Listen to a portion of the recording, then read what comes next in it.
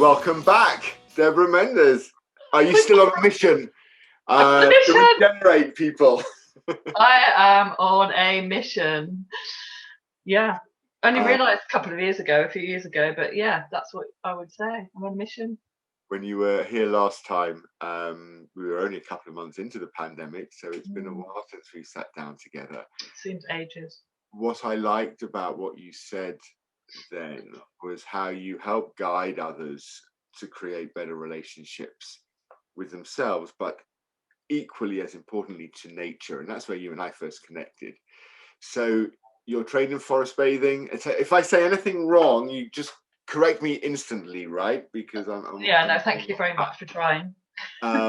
So you're trained in forest bathing, and we'll come on to that in a bit. But you're about being a guide and building sort of better communities. So I'd really love to understand this idea of your Nature Force Collective, this driving force to help us all get back to nature, right? Yeah. So you spent 15, 20 years in the corporate market already? Yeah. Okay. And you work with executives, so you're all about problem solving. You were saying before, just offline, it's about smoothing things over. Yeah, don't want conflict. It's conflict resolution, basically. But you're clearly a compassionate human being who takes well-being very close to your heart, clearly, right? Global health ambassador for the company, well-being written all over your website as well. So talk to me about regeneration and where it might fit in this current world we're living in, which is an endurance race we're all in that we didn't know we were running, and we're running out of steam, and we feel surprised at that. So regeneration sounds like a really cool word. I know. Around that. So I'm passing the mic to you. Right. Okay. So I'm really glad that you like the word regeneration, because I did test it, and people go, "Oh yeah, I want that." That sounds cool. And I'm really glad that you use the word race, because I'm a racy person. I'm also a kayaker, and I know about pushing through. And this sort of, it's we've all been taught to struggle, and to that stress is good, and it's kind of like you wear this sort of I didn't get much sleep, and that's meant to be good, Right. That's the culture that we're in, isn't it?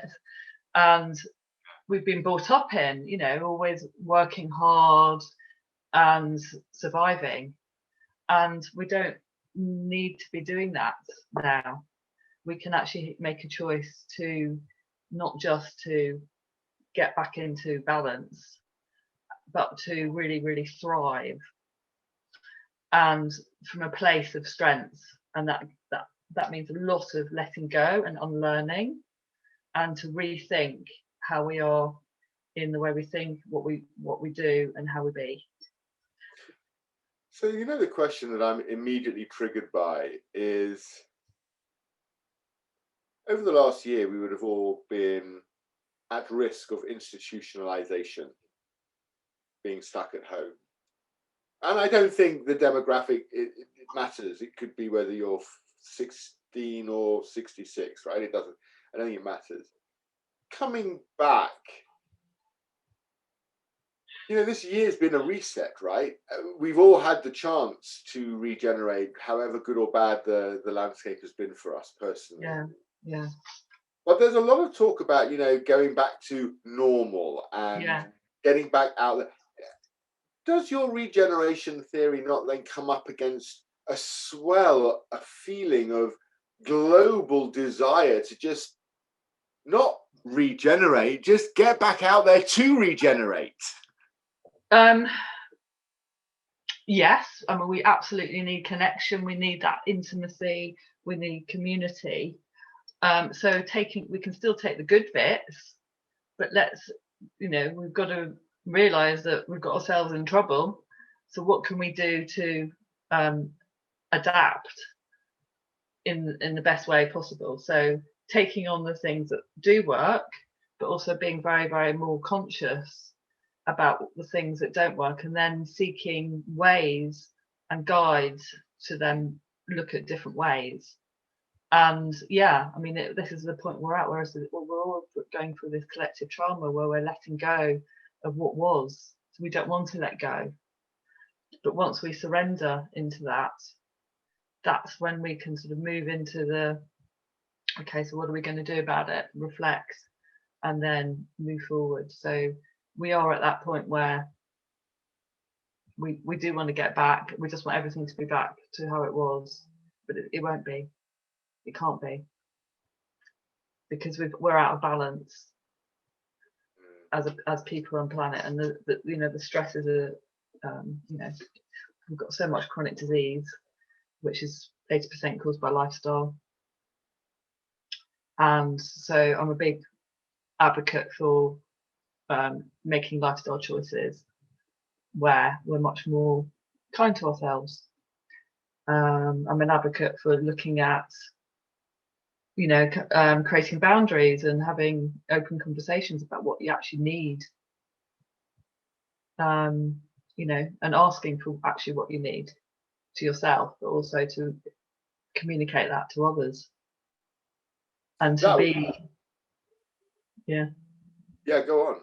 Well, to be a discoverer a little bit, be an explorer, ask questions, be curious, and to know actually it doesn't have to be like this, and you've got a choice.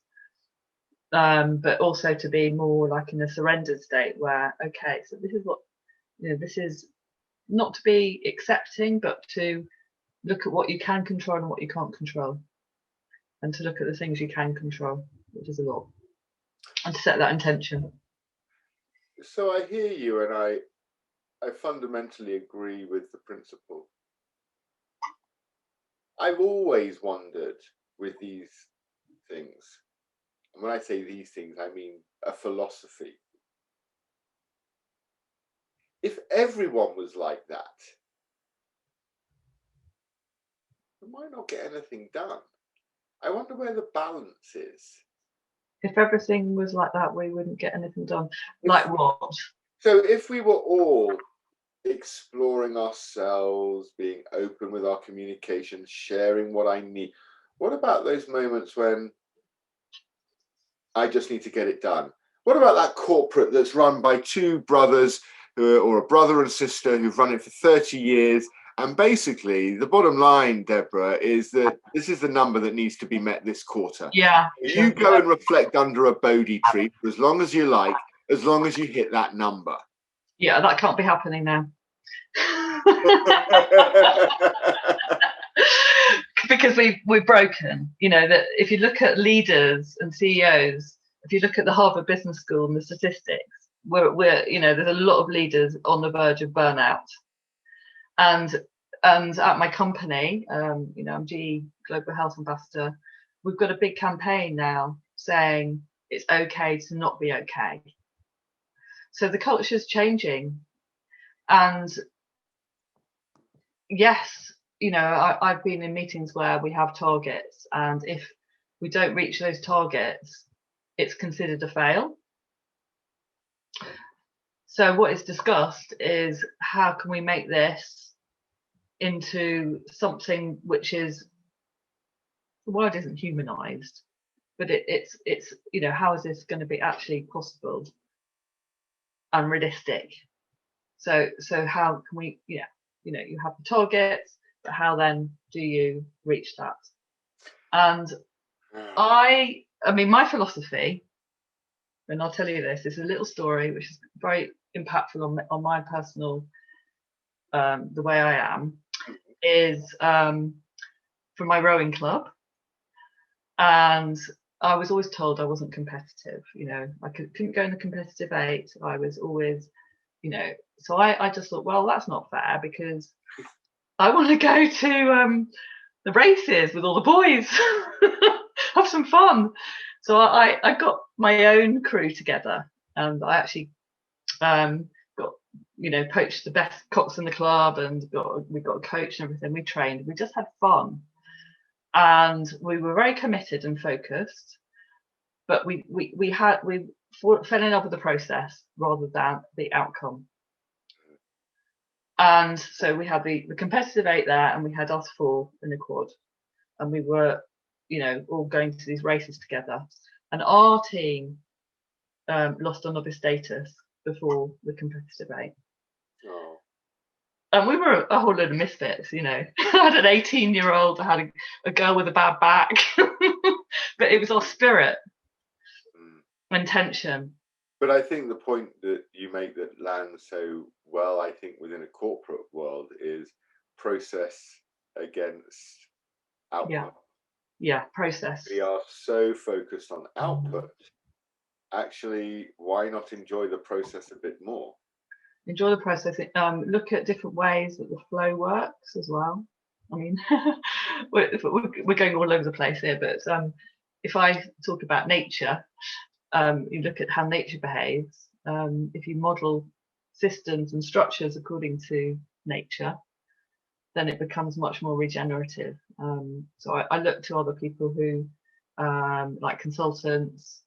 You know, we've got Giles Hutchins, he's an inspiration, who talks about, he used to be an ex-KPMG consultant, and it's all about putting those structures in place which are more regenerative. They're not so command control, because it actually stagnates the flow of communication, and we need to be much more adaptive now, and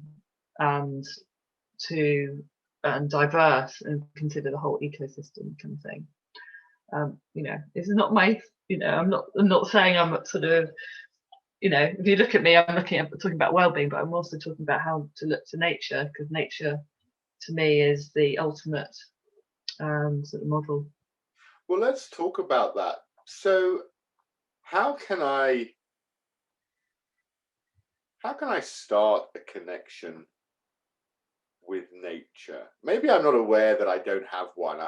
My feeling is we're all connected to nature. It's whether or not we tap into it. So how do I tap in to my connection with nature? Okay, so you probably have, you just don't realize. So it's a reconnection. You're right, it's not, you've already got it. Having a guide like me is one way. So a forest bathing practice is a good way, where you would go out in nature. You don't have to go out, but let me just say about if you did go out, you would go into nature in a different way than you would do normally, which would require you to be in breath, out of your head, and be much more slow in your thinking. So you go into your parasympathetic nervous system, like 10-15 minutes with really awakening of senses, being much more aware at that point with all your senses. And at that point you can see more, you have more perceptive awareness around you, and that takes you more into the metaphysical, where you're ready to receive whatever it is. And people connect in different ways.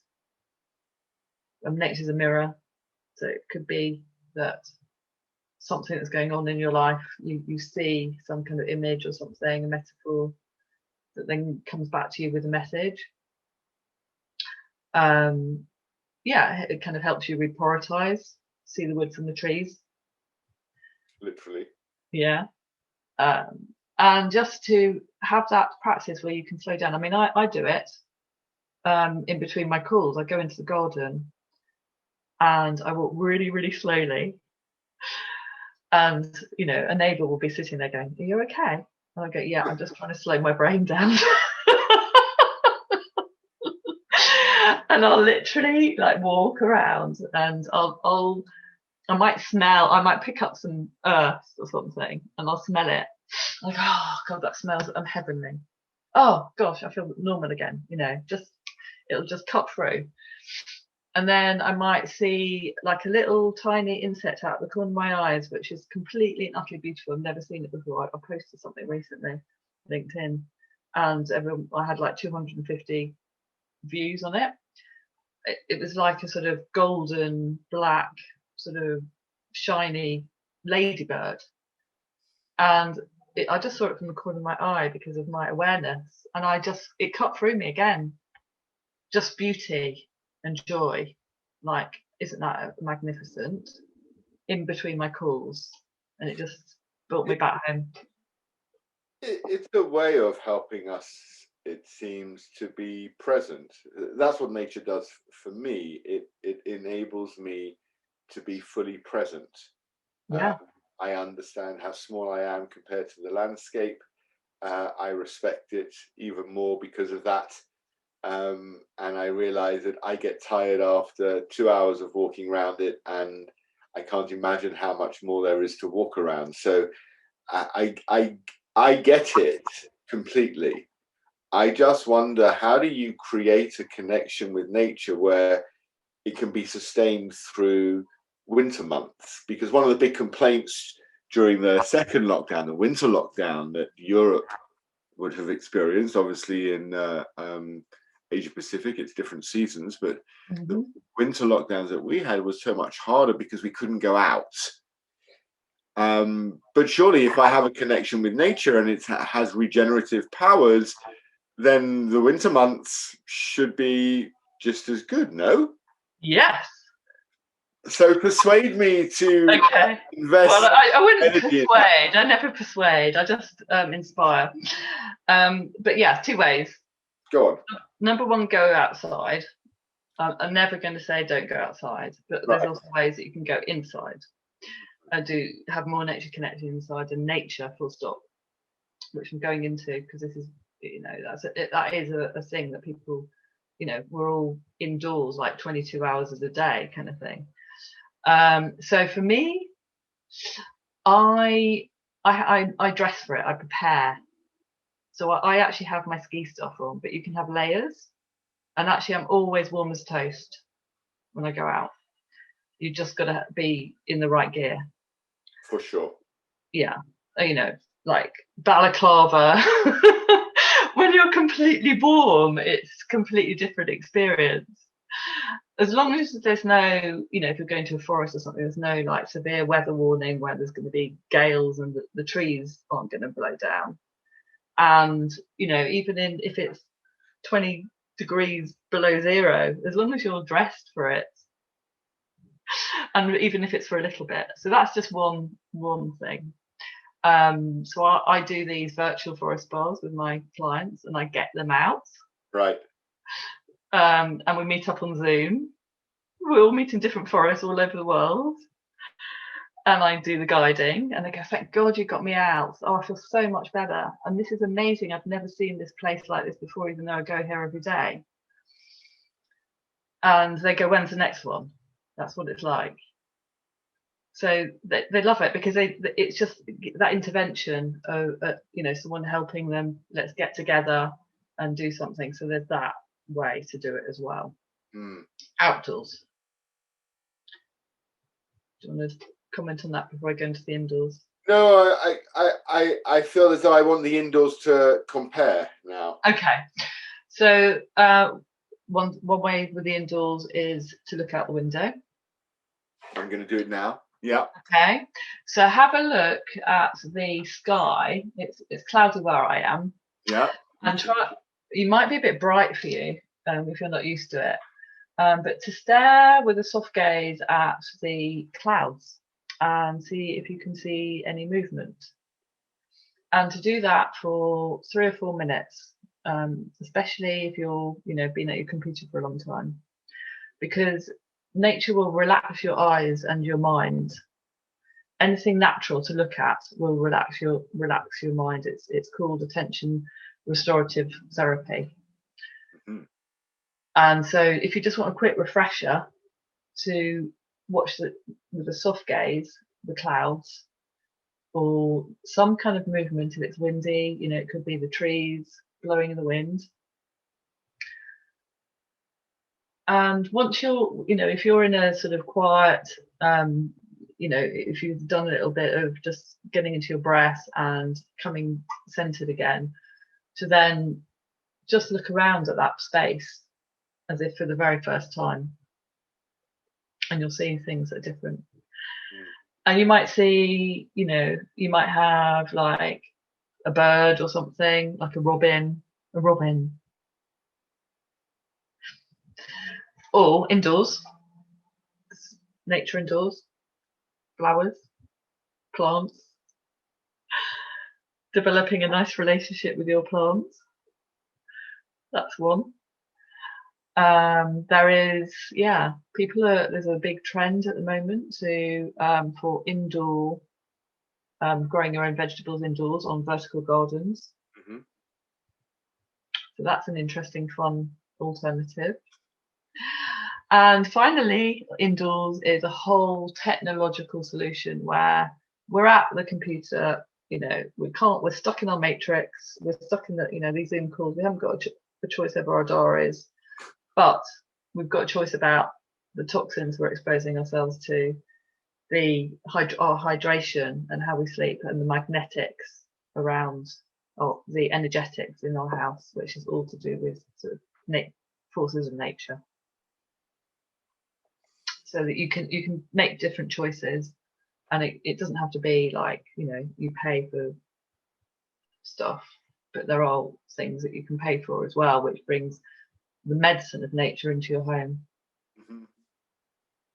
Yeah, I think there's so much stuff you can download, even if you just want to put your screensaver on and look at a GIF of a moving landscape for a moment. There's so much we can do, both visually and also audibly as well, right? I mean, I know a number of people who go to bed with campfire sounds or nature calls or the sound of the oceans, because there's something comforting and there's something primarily nurturing about nature. Yeah, I mean, it does help you sleep as well. There's all this white noise, you look up YouTube, just put white noise in there and you've got the sounds of the birds or the waves, so it helps you sleep before you go to bed. Or like different smells as well, like oils, essences and what have you. But I mean, without me talking about it too much, I think it's really for you to experience it and just try things out and be open to it, and just to think, well, it makes sense. So I don't want to be feeling like this, and I want to be my best. I want to be my best performing self. It's about, in companies, what we were talking about before, we want to perform well. We want to have good night's sleep. Sleep is a massive thing. We're not sleeping properly. Some people don't, we don't really know we're not sleeping properly, but sleep is a massive problem at the moment. So if we can just focus on that problem, how can Nature Connection help with that? I always think that, so I look at three ways, I think, when I think about connection. So I think about how can I communicate more with human beings. I think about how I can connect and have more connections with myself. And I think about how I can have more connections with my environment, in which I include nature. I wonder whether people just struggle with the fact that they don't feel they have enough time. Totally. It's an illusion, time. There's two types of time. There's Newton time and there's Einstein time. You can make time if you want to, and you're in flow and you're doing something inspiring. Plus, if you take a step back, it's very easy then to rethink things and reprioritize. So time out is actually an investment of your time. And if you can put in slots for deep work, creative time, problem solving, people do that. Time for a bath, like that's part of my job. People, because being with water and being with flow, you can actually because we're made of water, our thought process is energized through watching running water. When I listen to you, I get this sense that you have a real desire and belief that we can move everyone in this shift. How can everyone, do you think, play a part in this collective shift? Yeah. First of all, to explore themselves, think, okay, yeah, this is interesting, curious, develop that curious mind. Find people like myself, guides that can take you on a journey. So really sort of start to go into this sort of self-mastery type philosophy or way of being, and then just share. When you get excited about something, to share it out to people, and then to hold space for others. But it really does start with ourselves, with like 80%, and then holding your own space, finding your things that work for you, and then sharing that out in whatever way, and then finding people that can help you share that out, like what I do in my membership kind of thing. And what do you say to the cynics who don't care about holding space for people, and actually, I'm not here to be friends and look after everybody, I need to deal with my own world? Totally. I mean, yeah, I mean, this is how we all are. I mean, we go, that is the number one priority. It's just that, you will feel like doing something, you will feel like sharing. It has to resonate, that's all. Right. You come from a place of, once you feel, yourself, that you're feeling good and you're functioning well, you just want to tell others, that's all. It's not about being crusader or saving the world. That's not good. We don't need that. There's a vulnerability to that not everybody feels they have the courage for. Courage is the first step. And nature has an answer to that. Go on. Well, it's all emotions have vibrations and frequencies, and if you go into nature, the frequency of nature, how it is neutral, which is one above courage. So you sort of become that courageous person by spending more time in nature, because you're more centered, your vibration is like that. When you're not happy about how things are, whether it's just with your, you can only help people that the teacher will come, the student will come when the teacher, or the teacher will come when the student's ready. So, right. You create a journey for people, and people can come on at different stops. That sounds like something Bruce Lee would say.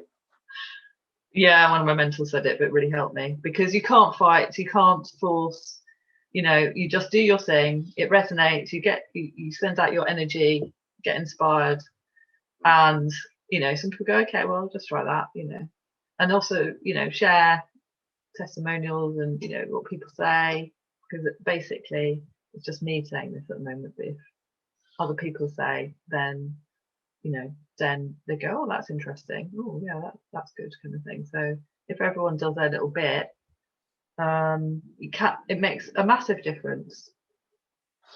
And so if you look at our evolution generally, it's you think you can't make a difference, but it's just that tiny little thing. Even breath is part of our evolution. So we're all like one big collective, and we're all part of that. And it takes a long time, but without saying, oh, we can't do anything, we can. It is definitely a choice, but I'm reminded as I'm listening to you talking, because again, I believe in the sentiment. I wonder what the shift is that people need to make, because I'm reminded of a poem from the Second World War. It was a German priest, I think he was Lutheran priest, Pastor Niemöller, and he wrote this poem that was, when they came for the Jews, I didn't speak up, I wasn't a Jew. When they came for the Romanis, I didn't speak up, I wasn't a traveler. When they came for the kids, I didn't speak up, I wasn't a kid. When they came for the women, I didn't speak up, I wasn't a woman. And when they came for me, there was no one left to speak up for me. And it kind of highlighted this kind of, a lot of us are sitting and watching, not stepping forward. Yeah. I don't know how much the world has changed, because the pandemic and the kickoff of it created, I think, a global empathy where everyone was supporting each other. Yeah. Now, when we watch how the vaccines are rolling out and how political it's become, and you've got the head of the EU arguing with the AstraZeneca people in public about their contracts. And you've got German newspaper Das Bild saying on the front page, Britain, we envy you. So now your political weight is based on the speed at which, and yet there are countries all over the world, explicitly in Africa, who haven't seen any vaccines yet. So I don't see this shift where people are working as a collective. Yeah, you don't see it because we are from it. Yeah, you use the word "I don't see." A lot of it is going on below the surface, where there are people that are starting to see more, right, and to shine the lights in their own little communities, a bit like mycelium underneath the forest floor.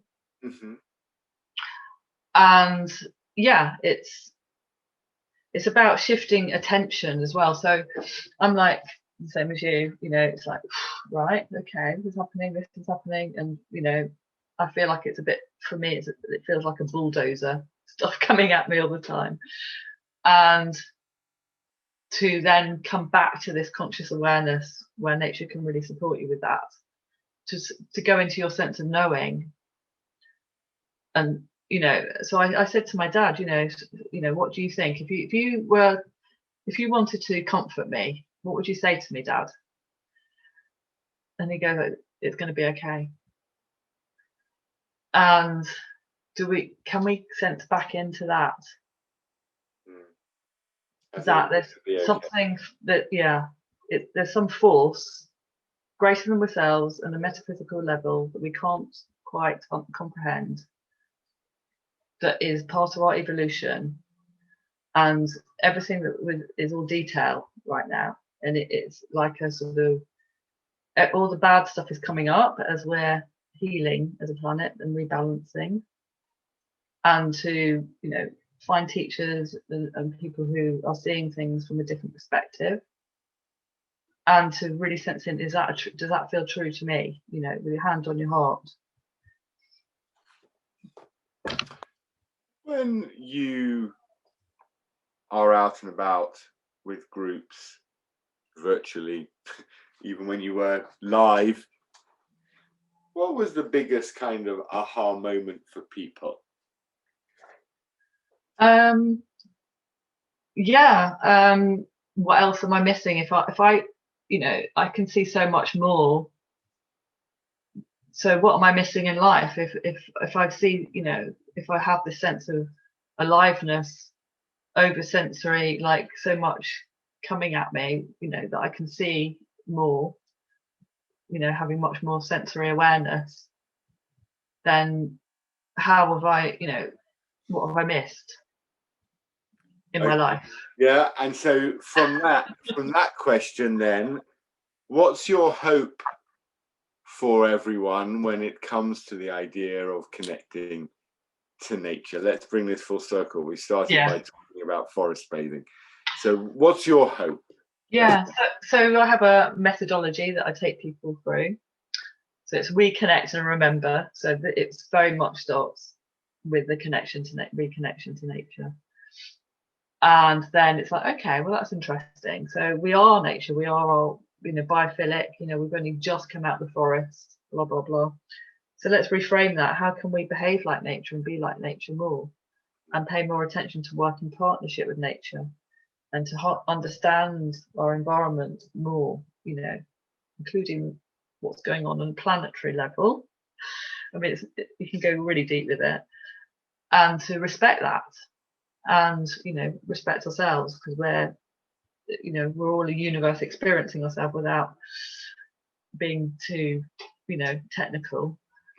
But it's biology with this, and science, and then so to review and and then to reimagine and reinvent and regenerate at that point.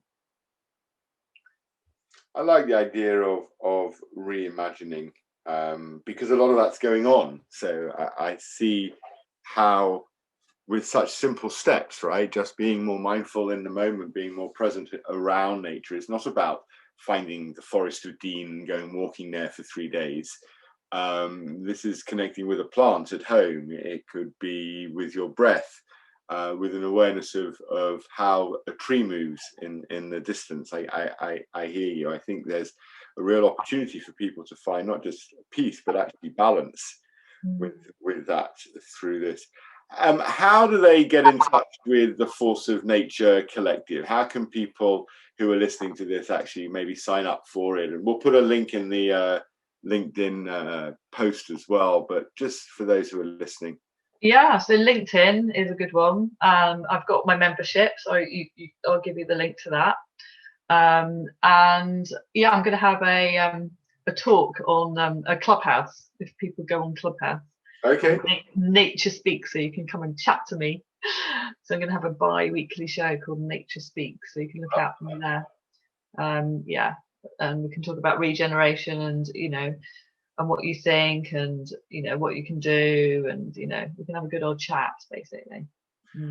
Well, from little acorn seeds, huge trees grow, and I think what you're doing is you're helping plant a seed that moves people back to nature. And listening to you, we haven't been that distant from it. We just haven't been connected to it. Deborah, it's always a pleasure having you come on and talk nature with us. Thank you so much. Thank you.